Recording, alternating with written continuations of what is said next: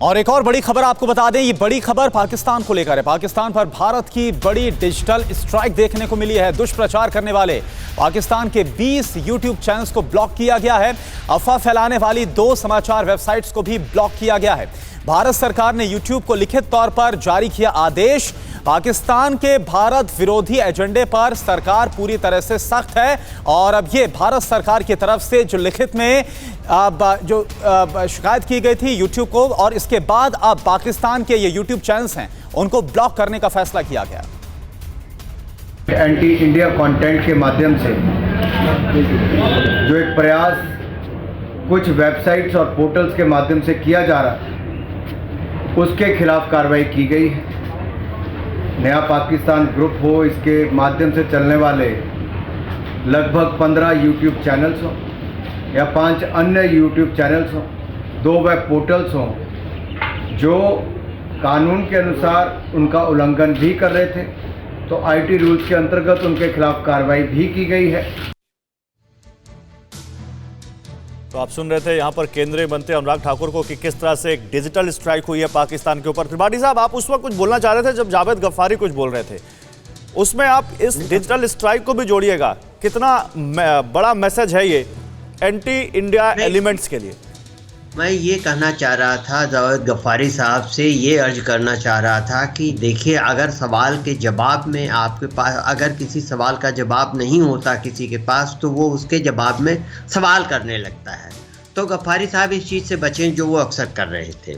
और रही बात ये डिजिटल चैनल्स के बंद होने की, तो देखिए, ये ऑनलाइन वॉर है, ये चलता रहेगा और पाकिस्तान इस मामले में मशहूर है। पाकिस्तान और उसका ख़ास दोस्त चीन, जो कि ऑल वेदर फ्रेंड है, कि वो हर तरह से वेबसाइट हैक करना, इनको इन पे करप्ट करना, इनसे और दूसरी तरह की वेबसाइट चला करके या यूट्यूब चैनल चला करके गलत सलत अफवाहें फैलाना, ये इनका काम है। और ये इस मामले में आईएसआई आज से नहीं 35 साल से चालू है।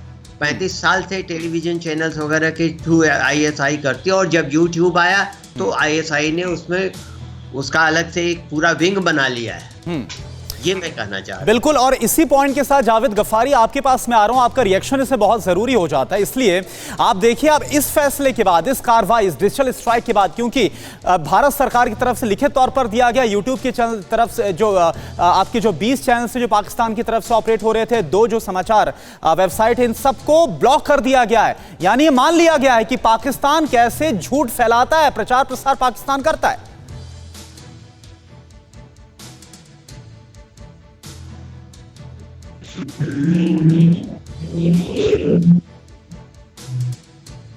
आप यानी कि ये मुझे बताना चाह रहे हैं कि हमारे पास सिर्फ 20 थे जिनको आप फेक कहते हैं, तो 650। अरे आप गिनती पर मत जाइए, आप इस पर तो देखिए ना जो कार्रवाई की गई और किस बिना पर ये कार्रवाई की गई, आप इस पर जाइए। आप गिनती पर चले जाएंगे।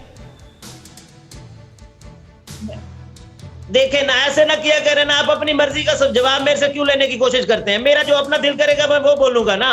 आपने मेरे से तिब्बत वाली सवाल ही नहीं कर रहे आप। अच्छा, आपका दिल क्या कर रहा है बोलने के लिए? आप बताइए, आपका क्या दिल कर रहा है? अपनी बात प्रोग्राम दिल की बात, लेकिन मुझे नहीं आने दे रहे। ये जो स्ट्राइक है, ये आपने 20 बंदों को, आप क्या समझते हैं? आप क्या समझते हैं कि पाकिस्तान में सिर्फ 20 बंदे थे जो एंटी इंडिया रखते हैं? मैं भी तो रखता हूँ ना, मैं आपके सामने बैठा हुआ हूँ। आप कल मुझे भी बैन करेंगे, आप कहेंगे कि यार ये तो इंडिया के खिलाफ बोलता है। तो ये तो आप आजादी है उसके ऊपर, राय के ऊपर। सर, आपने लगता है इसको गलत कॉन्टेक्स्ट में लिया। यहाँ पर खिलाफ बोलने की बात नहीं, यहाँ पर झूठ बोलने की बात। जो झूठ वहां से प्रचारित किया जा रहा है, प्रसारित किया जा रहा है, उसका जिक्र यहाँ साफ तौर पर किया, उसका एक्शन लिया गया, यूट्यूब की तरफ से उसको ब्लॉक किया गया, ये फैसला हुआ है। अब आप बताइए।